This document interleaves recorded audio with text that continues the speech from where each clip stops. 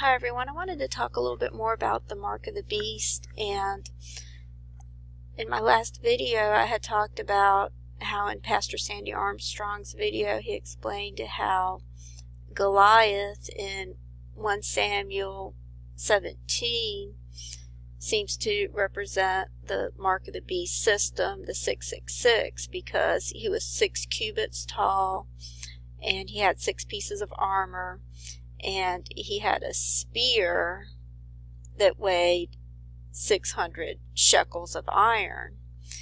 And so it was interesting that this is coming up in 1 Samuel 17, which makes 117, which seems to represent the year 2017. And what I try to point out in my last video is why I believe the sword or the spear. It's interesting here that David said to the Philistine, and the word Philistine actually means alien. I can show you that a little bit later in the Greek. It means another race is what that word means. But it says, you come to me with a sword, with a spear, with a javelin, but I come to you in the name of Jehovah of hosts, or the name Yahweh of hosts, the God of the armies of Israel, whom you have defied.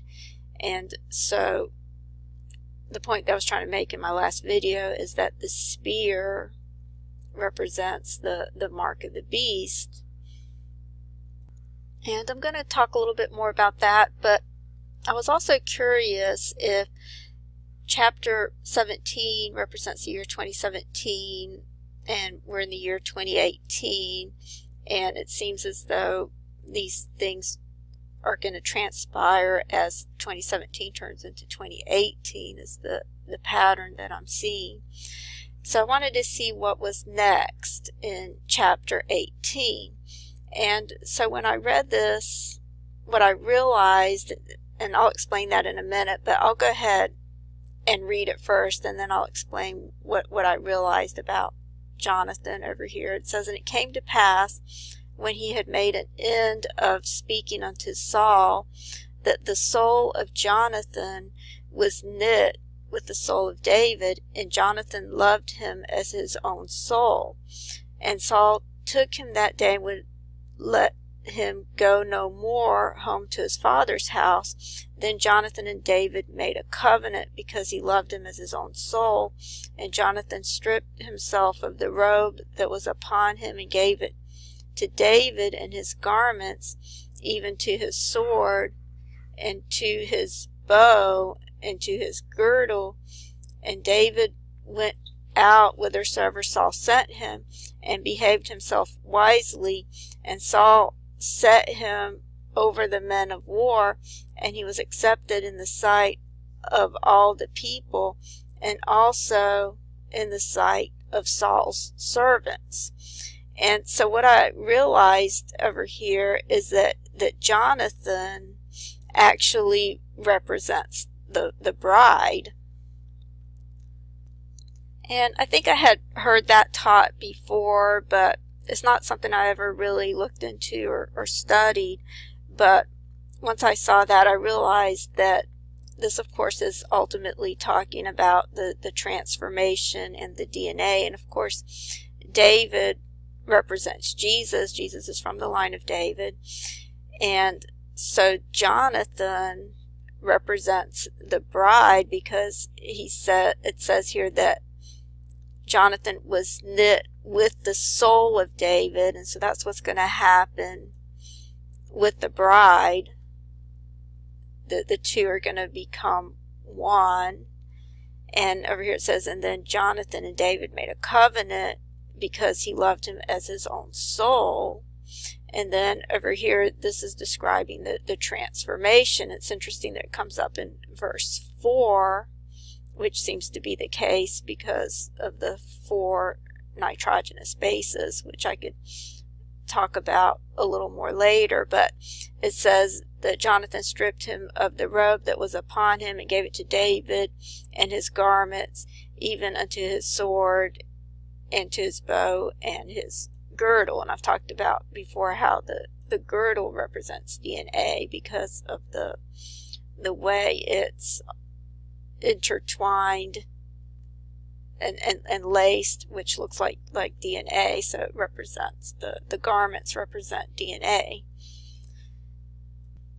Okay, so I wanted to look at these scriptures in the Septuagint, and if you notice it, these verses are omitted from the Septuagint. I had looked through all of them, and it only begins with verse 6 is where you have the Septuagint, so there isn't a second witness for these scriptures, but I believe there's a second witness in the New Testament, which I'll talk about in a second. But in the Septuagint, it begins with verse 6, where it says, "And it came to pass as they came, when David was returned from the slaughter of the Philistine, that the women came out of all the cities of Israel, singing and dancing to meet King Saul with tabrets, with joy, and with instruments of music." And so this is how it begins in the Septuagint. But I believe the second witness to this is with John in the New Testament, because in the book of John, John refers to himself as the one who Jesus loved. And as you can see, he was the only apostle that remained at the foot of the cross. So he was the one who remained, and it's the remnant, it's the bride, the one who remains, that will be the bride. It's those who are alive and remain, is what it's talking about in 1 Thessalonians 4:17. Okay, and I'll just show you that here. And again, this is coming up in verse 17. It says, "Then we which are alive and remain shall be caught up together with them in the clouds to meet the Lord in the air, and so shall we ever be with the Lord." And a long time ago, I was curious about this word remain and what was meant by that. There's an argument that this is talking about those who remain alive at the end of the tribulation, but that doesn't really fit in with the other scriptures in the Bible. And then I realized that what it was talking about is the remnant. It's those who remain faithful at the end are the ones who are caught up. And so you see that over here it was only John out of all the apostles that remained. And then the other thing that was interesting is, because I was trying to see who was left at the foot of the cross, and so there was 3 Marys. There was Mary, his mother, and then there was Mary Magdalene, and then there was another Mary that apparently Mary had a sister who was also named Mary, which is kind of unusual that 2 sisters would be named Mary.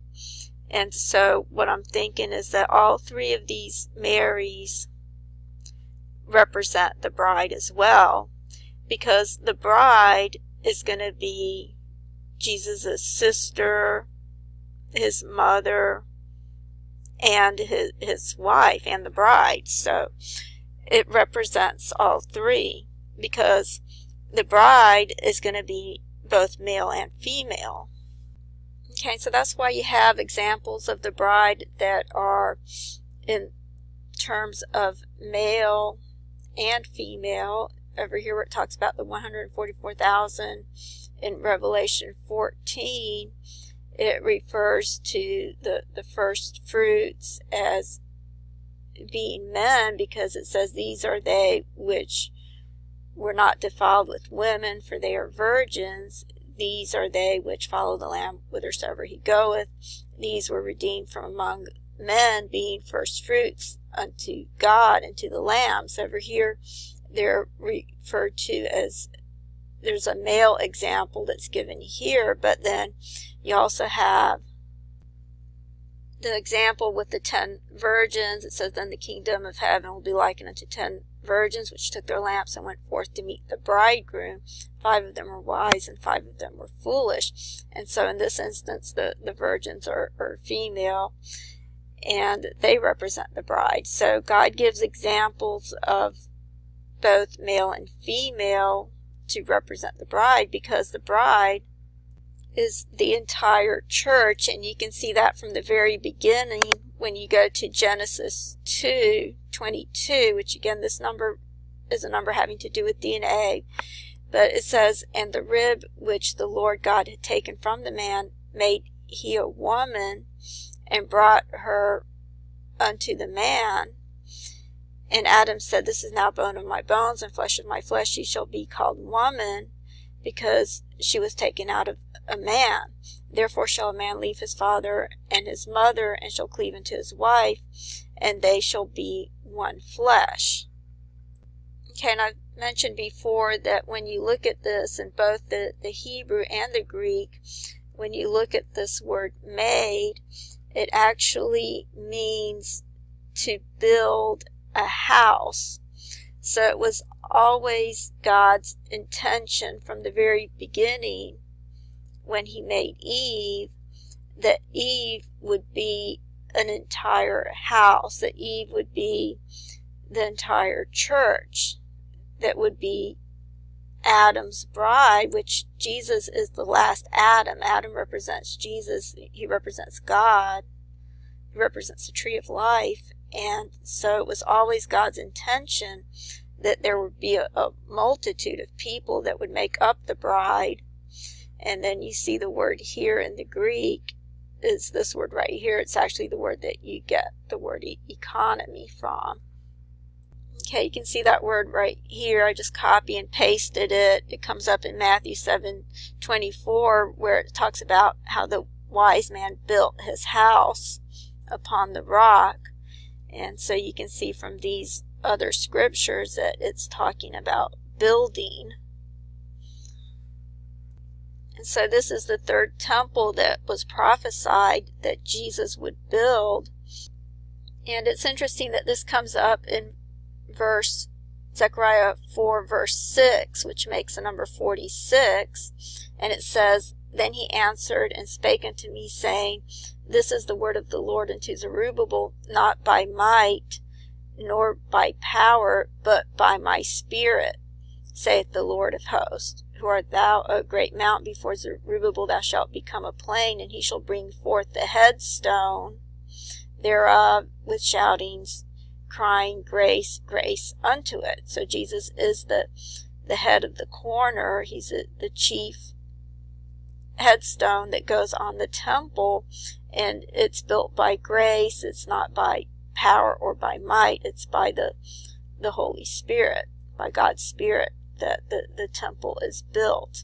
And you see this is coming up in Zechariah 4:6. So this is all a spiritual temple that it's talking about, and it's ultimately talking about DNA. Okay, so it was always God's intention when he made woman that Eve would be the mother of all living, and that there would be a great multitude that would make up the bride. So it was always God's intention for Adam and Eve to be fruitful and multiply. And this is coming up in Genesis 2. So this is God's kingdom. It's not Elohim's kingdom that was in Genesis 1, where it states here that God wanted to build. The Hebrew word is banah, but it means to build a house, establish a family.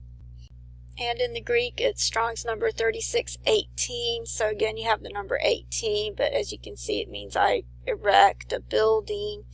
And you can see it's talking about the wise man who built his house on the rock. And then in Matthew 16:18 is where Jesus said, "On this rock will I build my church."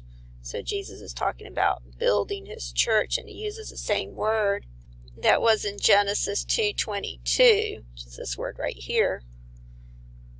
Okay, so I want to talk a little bit more about how John represents the church, or the bride. I believe it's represented by Mary Magdalene and Mary as well. And I also want to talk a little bit more about the mark of the beast, but I'll have to do that in the next video. Thanks for watching, and God bless you.